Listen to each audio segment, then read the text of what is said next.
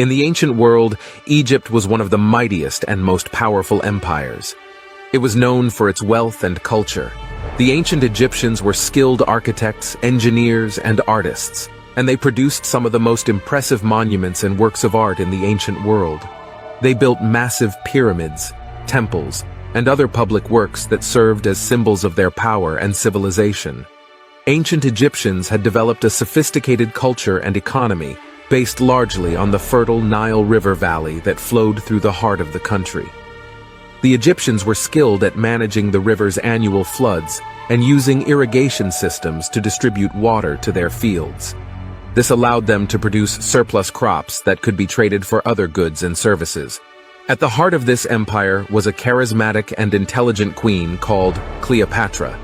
She came to the throne at the age of 18 after the death of her father Ptolemy XII in 51 BC. She was known for her patronage of the arts, and her court was home to many of the most renowned artists, writers, and scholars of the time. Cleopatra herself was a scholar and poet, and she was fluent in multiple languages, including Greek, Egyptian, and Latin. She was to rule Egypt jointly as co-regent with her 10-year-old younger brother, Ptolemy XIII, who was also her husband, something very common in Egyptian culture. However, their relationship was fraught with tension and conflict from the very beginning. Her brother's advisors, who were mostly eunuchs, held a significant amount of power and often manipulated the boy emperor against his sister. They saw Cleopatra as a threat to their authority and began plotting against her almost immediately. However, Cleopatra was a dominant figure and desired to rule with an iron fist.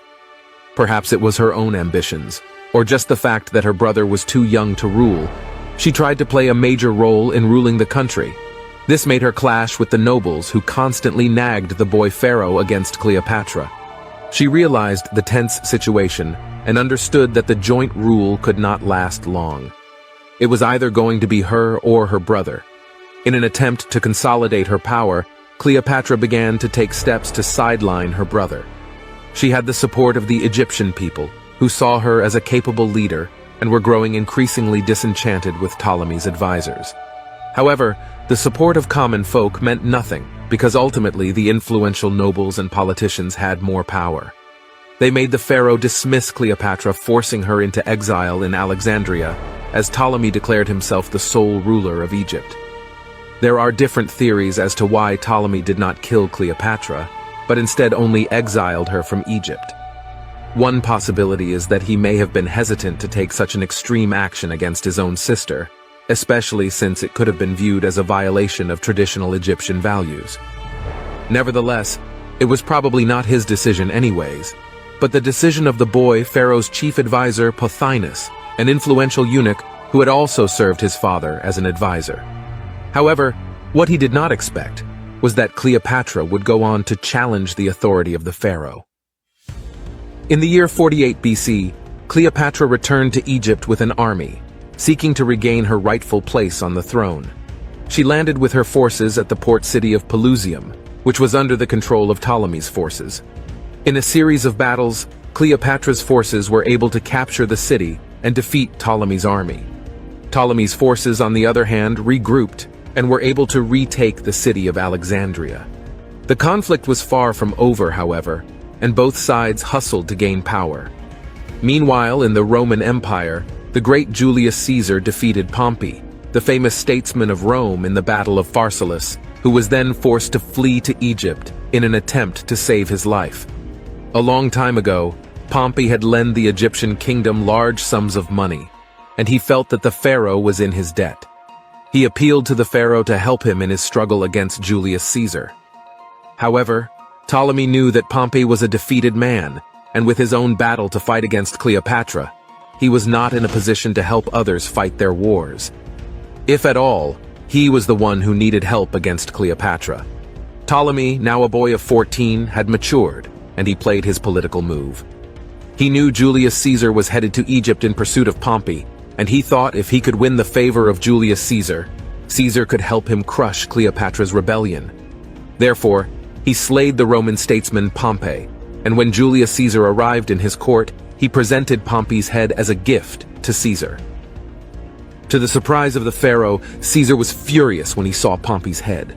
Even though Pompey was his opponent, he was Roman nonetheless. Egypt and Rome were at peace with each other, and he did not appreciate the behavior of the pharaoh who killed a respected Roman general in such an undignified manner. He refused to help Ptolemy against his sister, and sought an audience with Cleopatra before deciding to go to war against her. The pharaoh house arrested Caesar and told him he would not release him until he agreed to fight alongside him against Cleopatra. As soon as Cleopatra found out that Julius Caesar, the great Roman military general, was here in Egypt, she reportedly disguised herself as a servant and smuggled herself into Caesar's quarters to free him.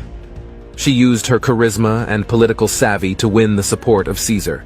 She was exactly the kind of woman who would appeal to a man like Julius Caesar. Caesar knew that peace was important in Egypt, as grain and other foods were imported to Rome from this very place. Due to the recent wars in Egypt, there was disruption in supply which had caused food riots in Rome, and Caesar wanted to solve this issue for his republic. He sided with Cleopatra, as she struck him not only as more politically mature and capable than her brother, but also because of her charm and beauty. The two grew romantically close to each other and fell in love. The relationship between Cleopatra and Caesar was therefore both political and personal. Caesar was a military genius, and his forces helped Cleopatra's army to lay siege to Alexandria, and they were able to capture the city after several months of fighting. During the siege of Alexandria, Ptolemy was killed in battle, possibly drowned in the Nile River as per many reports. Cleopatra assumed full control of Egypt, and Caesar went back to Rome to address the food riots that had caused massive uprising in the city. His trusted general Mark Antony had failed to solve the problem.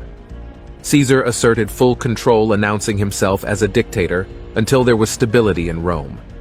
He was able to solve the issue of food shortage swiftly since there was peace in Egypt now, and grain could be imported easily without any hindrance. Although Caesar had solved the issue, but his temporary position as dictator approved by the Senate was becoming increasingly permanent, and he continued to hold the office even after the crisis had passed. This and his relationship with the foreign Egyptian queen Cleopatra did not sit well with powerful senators in the Roman Republic. Many senators were worried that Caesar was becoming too powerful and would eventually turn Rome into a monarchy or dictatorship. They were also concerned about the way Caesar was using his power to undermine the traditional authority and privileges of the Senate and other political institutions. Therefore, Julius Caesar was assassinated by a group of senators on March 15, 44 BC. News reached Cleopatra, and she was devastated both for her personal and political loss. Cleopatra was determined to ally herself with Rome again because she understood that Rome was a dominant power in the Mediterranean world at that time, and that an alliance with Rome would be crucial for the security and prosperity of Egypt. She feared Roman invasion in her own country, and her relationship with Caesar had guaranteed that would not happen. With Caesar now gone, she turned to other means. She aligned herself with Mark Antony, one of Caesar's closest allies and general, to secure her own throne and protect Egypt from Roman interference.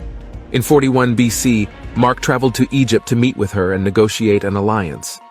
Cleopatra famously arrived in a stunning display, sailing down the Nile on a barge decorated with gold and purple sails, with servants dressed as cupids fanning her. Antony was smitten, and the two began a passionate love affair that would last for the rest of their lives.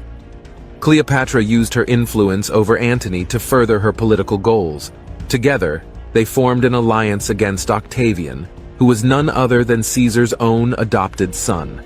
However, Antony's reputation was damaged when he divorced his Roman wife to marry Cleopatra and fathered several children with her, which made him appear to be a puppet of the foreign queen. In 31 BC, Octavian declared war on Antony and Cleopatra, and their armies met in the Battle of Actium in Greece. Cleopatra was a skilled politician and strategist, but she had little military experience. Antony led the army, but his judgment was clouded by his love for Cleopatra and his excessive drinking habit.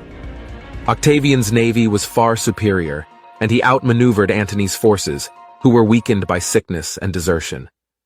In the decisive battle, Cleopatra and her fleet watched from a safe distance, while Antony's forces were decimated by Octavian's superior tactics. Seeing that all was lost, Cleopatra ordered her ships to flee, and Antony followed her lead.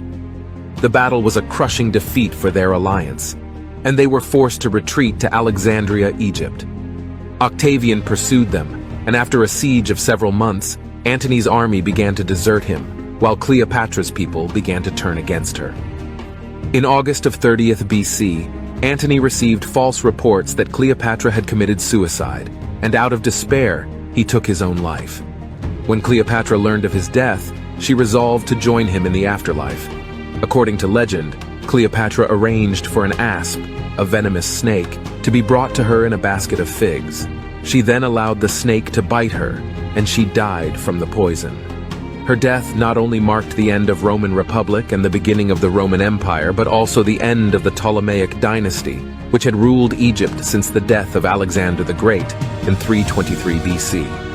After her death, Cleopatra became a legend and a symbol of female power and independence. She has been depicted in countless works of art, literature, and popular culture as her life and legacy continue to inspire people today.